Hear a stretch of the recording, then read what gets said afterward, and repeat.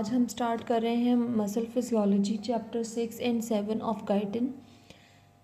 ये basically summary है गाइटिन की। हो सकता है इसमें मेरा सीक्वेंस गाइटिन से मैच ना करे, लेकिन ये है बेसिकली गाइटिन के कॉन्सेप्ट्स।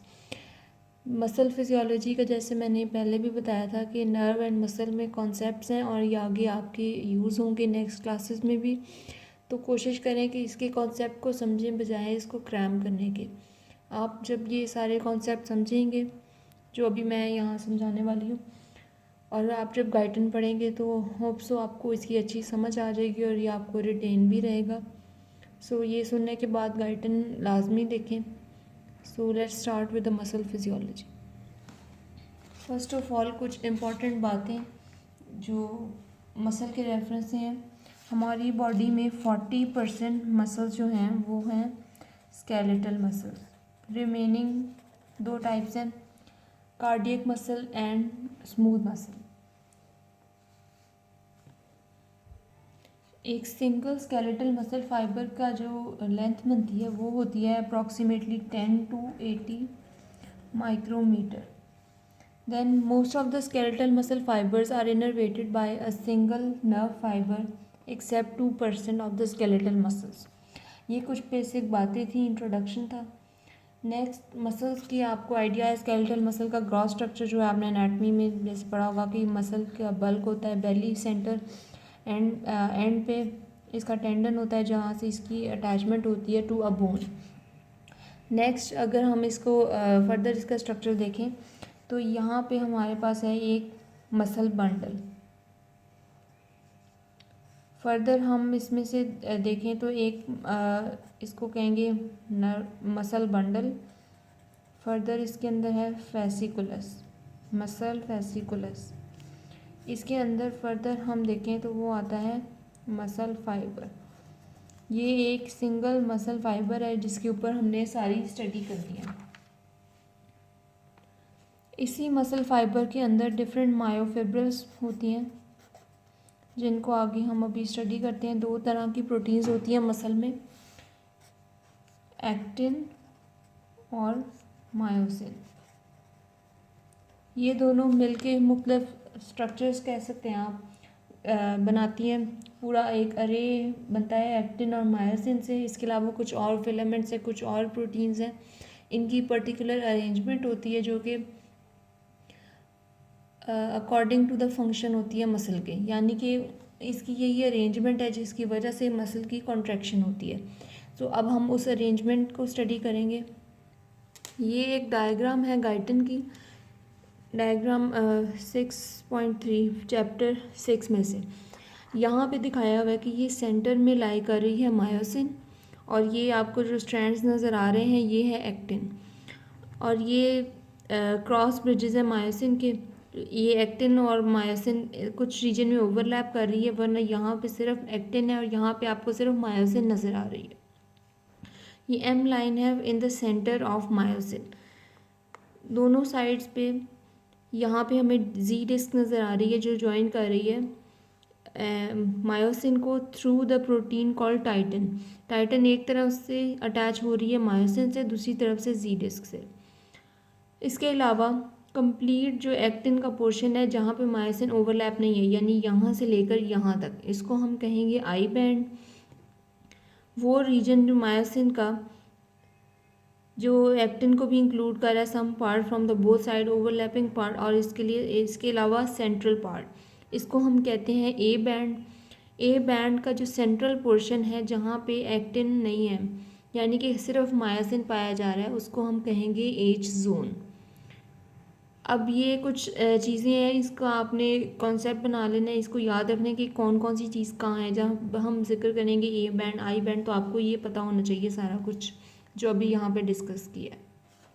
फिर हम बात कर लेते हैं यहाँ पे ए बैंड और आई बैंड की अलहदा से। तो ए बैंड का जैसे आपने अभी देखा कि उसमें कुछ पार्ट इंक्लूड है मायोसिन का और कुछ एक्टिन का, ज़्यादा कंट्रीब्यूशन है मायोसिन की। तो ए बैंड में हम कह सकते हैं कि मायोसिन है plus overlapping part of actin, और आई बैंड है वो है actin not covered by myosin, actin का वो पार्ट जहाँ पे मायोसिन की कवरिंग नहीं है।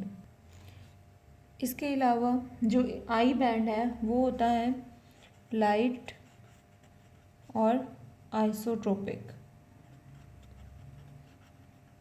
जो ए बैंड है वो होता है डार्क प्लस एन आइसोट्रोपिक। तभी ए बैंड में जो सेंट्रल थोड़ा सा लाइट जोन आता है, क्योंकि वहाँ पे ओवरलैपिंग नहीं है, वहाँ पे हमें सिर्फ मायोसिन मिल रही है, उसको हम एच जोन कहते हैं। इसके अलावा ये जो हमने पूरा स्ट्रक्चर यहाँ पे पढ़ा है, जिसमें हमने आई बैंड ए बैंड देखा जहाँ पे ये एक्टिन है, यहाँ पे ओवरलैपिंग साथ मायोसिन की है, हमें ये नज़र आ रहा है, और यहाँ पे साइड में जी डिस्क है। यहाँ ये सारा कुछ जो है हमने कंप्लीट स्ट्रक्चर जो मैंने भी आपको गाइडन में दिखाया था, इसको हम कहते हैं सार्कोमेयर। और अगर हम डिफाइन करेंगे सार्कोमेयर क्या है, तो ये एरिया है between the two G lines या जी डिस्क आप कह सकते हैं। टू जी लाइंस के दरमियान जो एरिया एक्सटेंड कर रहा है, बेसिकली जी लाइन यहाँ पे कहाँ है, जो हमने डायग्राम में देखी, यहाँ पे आप देख सकते हैं कि यहाँ पे जहाँ मायोसिन एंड हो रही है यहाँ पे जी लाइन है और ये भी जी लाइन है। इन दोनों के दरमियान का जो सारा ये एरिया है इसको हम कहेंगे सार्कोमेयर। तो by definition between the two G lines is the area called sarcomere. अब यहाँ पे एक जी लाइन लाई कर रही है, नेक्स्ट यहाँ पे दोबारा एक्टिन और मायोसिन का फिर इसी तरह आपको नज़र आएगा अरेंजमेंट, दोबारा जी लाइन आती है। तो ये सार्कोमेयर्स की फॉर्म में इस तरह अरेंजमेंट होती है एक मसल फाइबर में। तो हम जब ग्रॉसली देखें तो हमें लाइट और डार्क रीजन्स नज़र आ रहे हैं, मुख्तलिफ इसकी इस तरह से अरेंजमेंट है। और इसके अंदर सार्कोमेयर्स हैं जो यूनिट है, कॉन्ट्रैक्टाइल यूनिट है in the skeletal muscle fibre. Next हमने एक्टिन और मायोसिन की डिटेल देखनी है। जो मायोसिन है उसका स्ट्रक्चर थोड़ा सा कम्प्लेक्स्ड है। इसमें दो चीज़ें होती हैं, एक हमें इसमें बॉडी नज़र आएगी और दूसरा इसमें है क्रॉस ब्रिजेस। और इन दोनों के दरमियान का जो एरिया है उसको हम कहते हैं हिंज रीजन। जैसा कि ये डायग्राम में नज़र आ रहा है, ये मायोसिन हेड है, ये हिंज रीजन है, फिर यहाँ पे हमें मायोसिन की टेल नज़र आ रही है। इसी तरह हम मायोसिन के स्ट्रक्चर को अगर डिटेल में देखें तो ये एक टेल है जो कि टू हैवी चेन्स से बनी नज़र आ रही है। ये दो हैवी चेन्स इस तरह मूव कर रही हैं और ये कंप्लीट स्ट्रक्चर बना रही हैं टेल का। फिर यहाँ पे ये आगे कंटिन्यू कर रही हैं इसके हेड में। और इसके अलावा हेड के अंदर दो एसेसरी चीज़ें जो हैं वो हैं टू लाइट चेन्स जो हमें यहाँ पे नज़र आ रही हैं। तो ये जो रीजन है हेड वाला, इसको हम कहते हैं क्रॉस ब्रिजेस, और ये रिमेनिंग है इसकी टेल।